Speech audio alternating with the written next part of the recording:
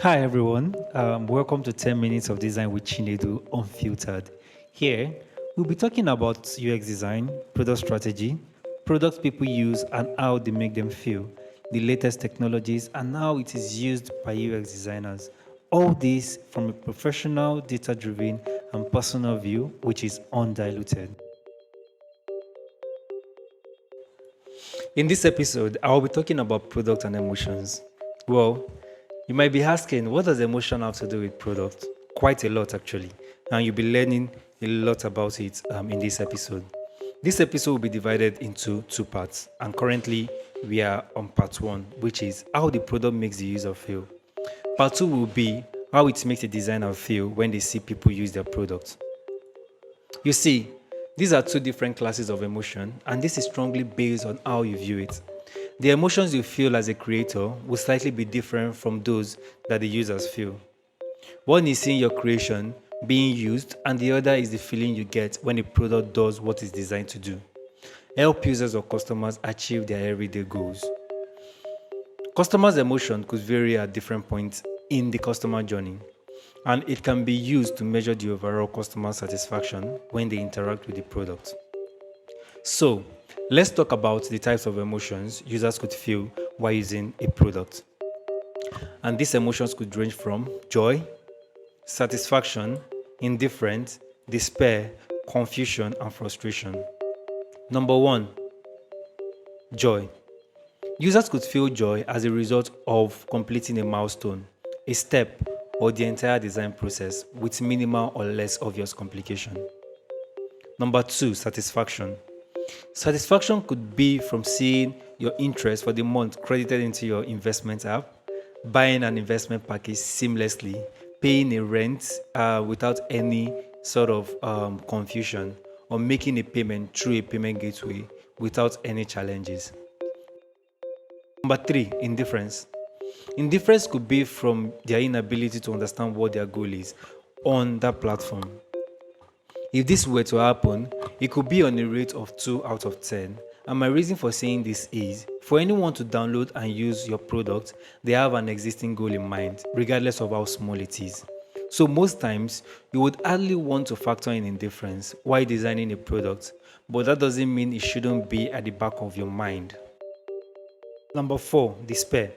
Despair could be from trying a product over and over again, with hopes of it accomplishing what it is designed to do. For example, trying to pay bills and at every point you get stuck on selecting the service provider. Number five, confusion. Confusion could be from trying to achieve A and B of what the product is taking you through or feeding you back with. For example, when you try to ask an AI a particular question on the principles of UX design, and the AI comes back with the principles of visual design, this could cause a great deal of confusion because, as much as they work hand in hand, they are different. Number six, frustration. Frustration could be from your inability to achieve your set goals on a product. For example, you want to set up a meeting invite, and after going through the entry point and gaining access to the core functionality, which could be entering the title description, selecting the time and the date, and suddenly you're unable to select the date and the time to complete setting up your meeting invite. Number six, frustration. Frustration could be from your inability to achieve your set goals on a product. For example, you want to set up a meeting invite, and after going through the entry point and gaining access to the core functionality, which could be entering the title, description, selecting the time and date, as suddenly you are unable to select the date and the time to complete setting up your meeting. Not because it doesn't work, but because the front end is not interacting with the back end. Well, still doesn't work. This can lead to a serious level of frustration. Every tiny part of your design decision could lead to any of the six emotions mentioned, which is why it is important to be as detailed as possible when designing and documenting your product. Every step you miss could be what makes or mars your product. When designing a digital product, always make sure that the user's emotional rate is at levels 1 and 2, which are joy and satisfaction. This is important to achieve retention on your product. It could be difficult to achieve sometimes because you are not even sure how the users might use your product, especially when the idea for the product is new and grand. Now, if the product is something existing in the market, for example, finance, marketplace, and socials, there is an existing mental model around this product. And when a customer gets to interact with it, they already know what to do at every step of the way. Now, take for example, a customer who wants to transfer funds or pay bills. The flow has been simplified over time, and when the flow is altered on a product, it creates confusion, and this is what you as a designer needs to avoid.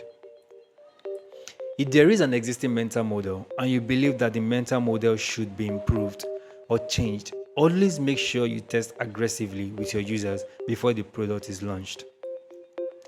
The reason for this is to make sure that the product achieves its intended goal without derailing the users. You see, every product wants to optimize its operation and experiences, but most times, products with an existing mental model shouldn't be touched because those same users on your platform currently use other similar products with the same mental model, and this could be a challenge to the users of your platform when they can't experience what they experienced on other platforms on yours. While we are at it, you might be wondering what mental models are.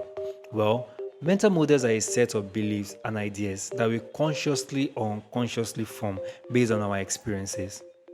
This mental model is usually formed through the use of similar products or usage patterns, or by engaging in similar experiences that help the users form an idea of how things are most likely to work based on past interactions and experiences. So, how do you optimize your product or platform to give the users optimum satisfaction? This is a question every designer should ask themselves whenever they sit in front of their desk or their workspace to start designing. The first thing I would say is listen to your users often. Your users know where it pains them the most.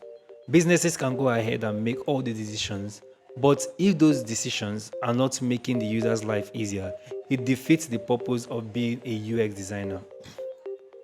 As UX designers, our goal will always be to advocate for the user's needs. Audit your product regularly. Set time out of your perfectly planned schedule to audit your product regularly and make sure things are the way you have designed the experience to be in the live environment. Sometimes, while trying to improve an experience, something might break.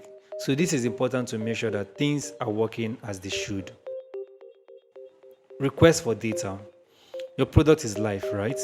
Customers are currently using it, right? And you ask yourself, how else can I be informed on how users are using my product? What are the figures saying, and how can I design a better experience with these numbers? With these details in hand, you can design a better experience by understanding where your users are dropping off, how much time they spend on a particular screen, and the pattern of irregularities with a particular CTA. This information can empower you to create a better experience for the users. Another thing I would like to say is this: designing for the users always requires that you design for all edge cases. These edge cases help customers with a lot of clarity when interacting with your product. This can be difficult to think about, so this is where your user flow comes in. Never assume that the developers would know everything. So that is why it is important to design them. So let's recap. What are the 5 emotions users could feel when interacting or while interacting with your product? Number 1 is joy. Number 2 is satisfaction. Number 3 is indifference. Number 4 is despair. Number 5 is confusion. Number 6 is frustration. Users feel these emotions based on how your product is designed. And the best way to make sure that the users are comfortable using your product is to listen to them. Audit your product regularly. Back up your design changes with data. I hope this has been helpful to you.